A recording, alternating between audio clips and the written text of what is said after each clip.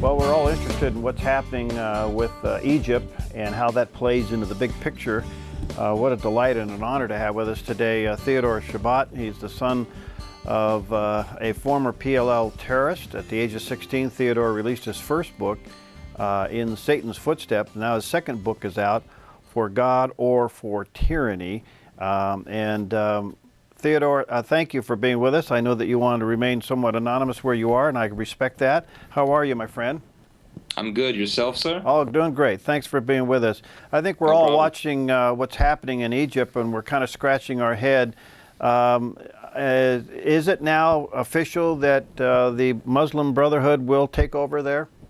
Yes. Morsi has already claimed victory. Actually, it's been official. He is the victorious candidate of Egypt. So yes, you're correct. The Muslim Brotherhood officially has taken control of the country. He is an open member of the Muslim Brotherhood, and despite what our administration says, it's a very dangerous situation. In fact, yesterday you had the White House press secretary, Jay Carney. He came out and said that we have no problem with working with Egypt, and that our affiliations with the country should not be affected by religious affiliations. Wow. So, and it's very ironic because despite of what this man says, religion does matter. And so far as Egypt goes, you know a country by its allies. So you have Iran yesterday came out and said that we support Morsi. You had the Iranian armed forces come out and they said that Morsi's victory, and I'll read you what it says, as the first stage of Egypt's revolution in the era of Islamic awakening. And then also, this is more obscure to the English-speaking audience, but you had the head of the Islamic Party of Tunisia, Rashad Ghannouchi, and he came out and said that he supported the government of Egypt, and he says that the government will be a government of the caliphate, the Ummah, the Islamic community, by the will of Allah. And then he also said the path has been opened towards Jerusalem by the will of Allah, meaning basically declaring jihad on Israel. These are the people that support Morsi, and these aren't the only ones. You also have Qaradawi, who came out and said that all Egyptians should support Morsi, because if we support Morsi, Morsi's power in Egypt will help speed up other revolutions throughout the Islamic world, which means other countries in the Middle East, in the Near East, becoming fully Islamic. Qaradawi is not someone you want supporting you. In 1999, for example, you had the U.S. government who banned Qaradawi as a terror sympathizer. So these are the people supporting Morsi, and it should tell us that Egypt is becoming a part of this axis of evil in the Islamic world today. All right, now, so how would you describe the spirit of the common Egyptian citizen today in light of this turnover? That's a good question. I would say that, well, for one thing, you have a population of over 80 million people in Egypt. 10% of that is Coptic. And then you have a very, very small percentage, smaller than the Coptic population, that's Catholic. So you have the majority of the country, which is Islamic fundamentalists. 75% of the Egyptian population voted for Islamic politicians for their parliament. 75% of the parliament, before it was disestablished recently, was either members of the Salafists or members of Muslim Brotherhood. So that tells us something about the masses of Egypt. They are extremely Islamic fundamentalists. In fact, 3 months after Mubarak was taken out, the crime rate of Egypt increased so much, unlike anything the Egyptian people have seen before. People are afraid of their own shadow. People are afraid of walking in the street.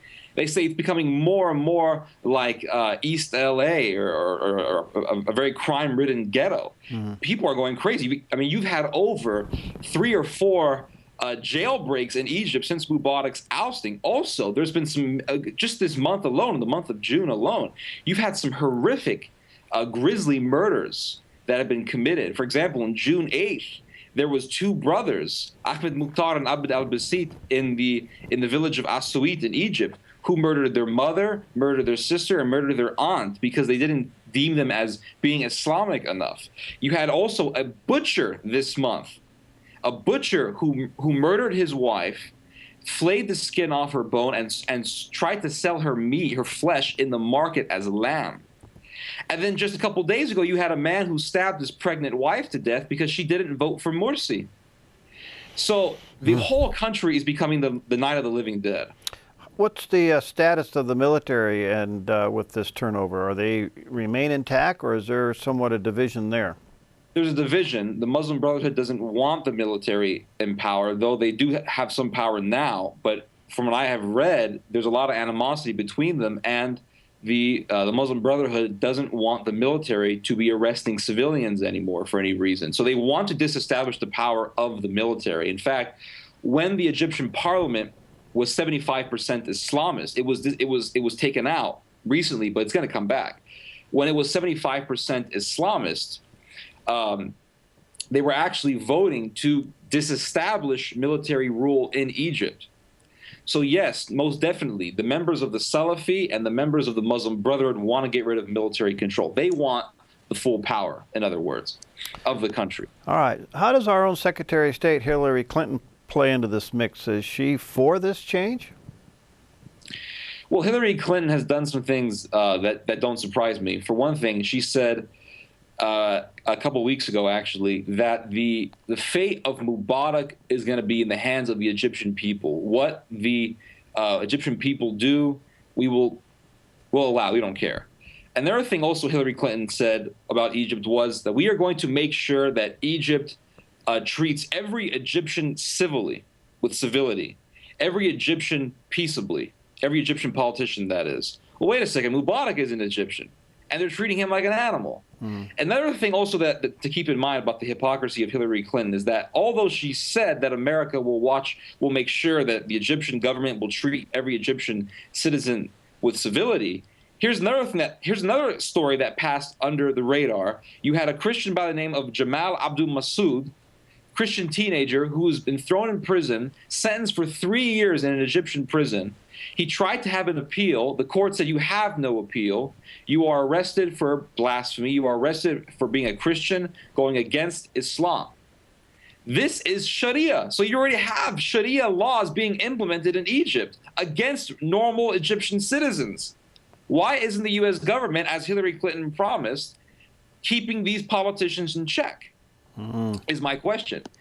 And their very interesting thing is the Egyptian revolutionaries, what they did was they replaced the traditional constitution of Mubarak's regime and the people before him, his predecessors, with a new revolutionary constitution. And in this new revolutionary constitution, in its second article, it states firmly that Islamic law will be the law of the land, that Arabic will be the language of the land, Sharia will be the source of all our laws. Now, what is Sharia? Sharia literally means the way. Well, the way of what? Well, the way of Islam.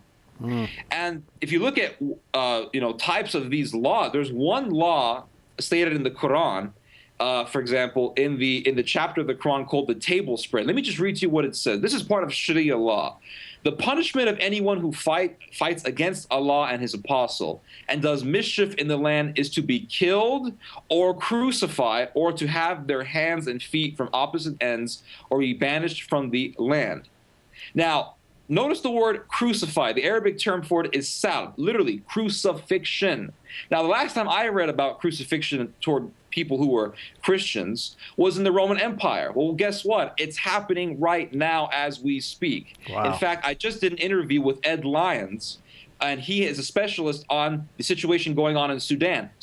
North Sudan is already an Islamic country. They already have a president, Omar al-Bashir, who is an open member of the Muslim Brotherhood, whose party, the National Congress Party, is a Sudanese affiliate of Egyptian Muslim Brotherhood. Guess what? He is having people crucified. There was a Christian that Mr. Lyons told me about who was taken by his employer and the employer said to him, if you want to be like Jesus, you're going to die like Jesus. And he stuck nails into the teenager's hands and stuck a nail through his feet, just like Christ, and left him there for 7 days. Thank God he survived. He almost died. But nevertheless, it tells us what's going on. It's going completely under the radar.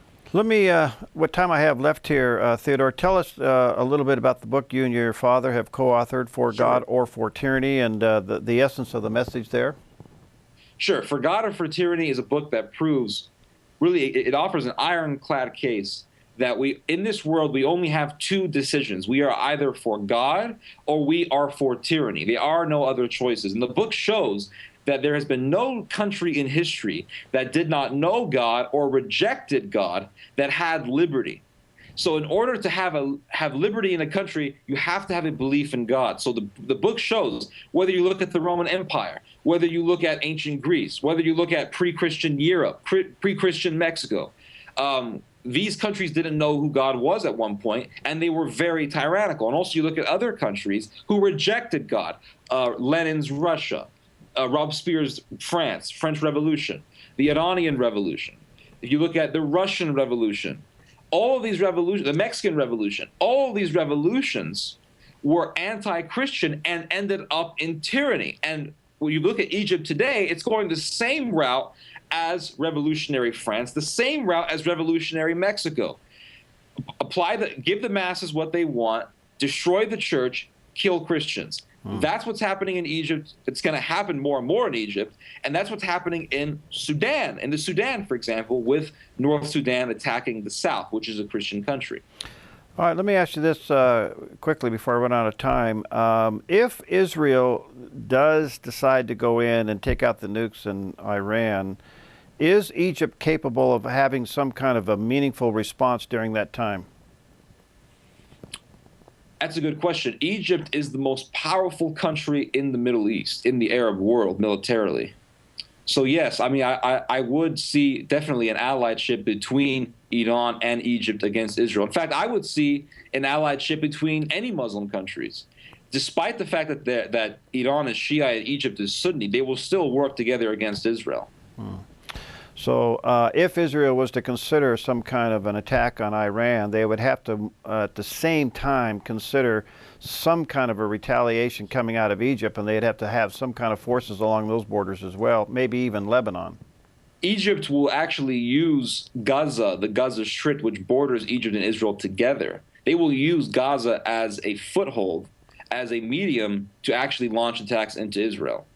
That's what I believe. Wow. If Israel is going to be attacking Iran anytime soon, I don't think so. I think Israel will continue to do what it's doing. I don't think you're going to be seeing any attack on Iran in the near future. But as far as Egypt allying with Iran, yeah, there's no doubt they're already allied together. You already have the Iranian government today coming out, or yesterday coming out and saying that the Egyptian victory of Morsi is a great advancement for the Islamic cause, for the Islamic awakening. Theodore, quickly, do you think that these bizarre honor killings will continue as a means of intimidation to get the citizenry to fall in line with the Muslim Brotherhood? Yes. Well, they already have most of the people. They already have most of the hearts of the people. But despite that, you're still going to see increasing amounts of violence in Egypt because it's just getting worse and worse. The 4 murders I gave to you, I described to you, that just happened this month. Imagine what's going to happen next month. It's going to continue on. It's getting worse and worse. Egypt's crime level has never been this bad. Wow. I want to get you back. Thank you for your time. I want to protect it and you. Thank you for your passion and what you're saying and doing there. Theodore, this is absolutely fascinating. Our prayers go out to the Coptic Christians and the Catholics there as well. Trust that God will protect them. And I want to get people to get your book, For God or For Tyranny. Take a look at it. Thank you, my friend. We'll have you back soon, okay? God bless you, sir. God bless. Good to be on. Anytime, sir. God bless. All right, God bless.